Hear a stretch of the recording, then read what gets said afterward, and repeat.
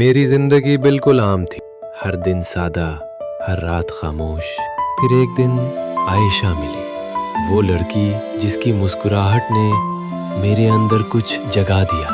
ہماری پہلی ملاقات بارش میں ہوئی تھی، اتفاق سمجھا لیکن دل نے اسے قسمت مان لیا۔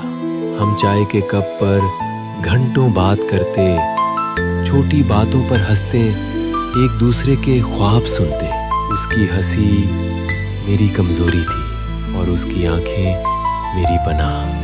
میں نے دل میں فیصلہ کر لیا تھا، یہی میری ہمسفر بنے گی۔ ایک دن میں نے فیصلہ کیا، اسے پرپوز کروں گا۔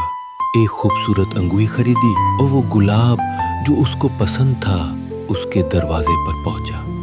دل تیز دھڑک رہا تھا، خواب آنکھوں میں، امید دل میں۔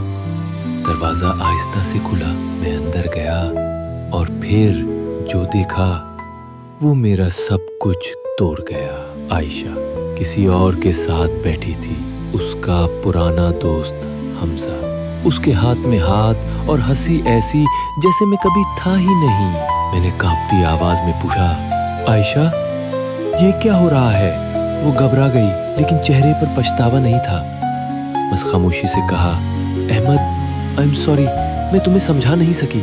حمزہ نے کہا، تو تم یہی ہو، وہ بورنگ سا لڑکا جس کا وہ ذکر کرتی تھی۔ میرے ہاتھ سے گلاب بھی گرا، خواب بھی۔ میں پلٹا، کچھ نہ بولا۔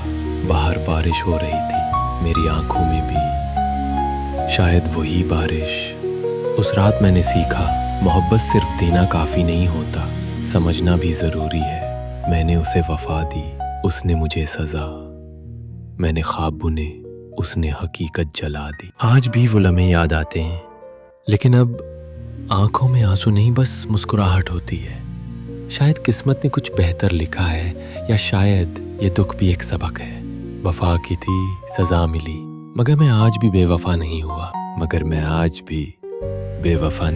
تو آپ کو میری یہ دکھ بھری کہانی کیسی لگی؟ کمنٹ میں ضرور بتائیں۔ آپ کے الفاظ میرے لیے بہت اہم ہیں۔ اگر کہانی نے دل کو چھو لیا ہو تو ویڈیو کو لائک کریں، چینل کو سبسکرائب کریں اور بیل آئیکن بھی دبا دیں تاکہ ایسی اور کہانیاں آپ تک وقت پر پہنچتی رہیں۔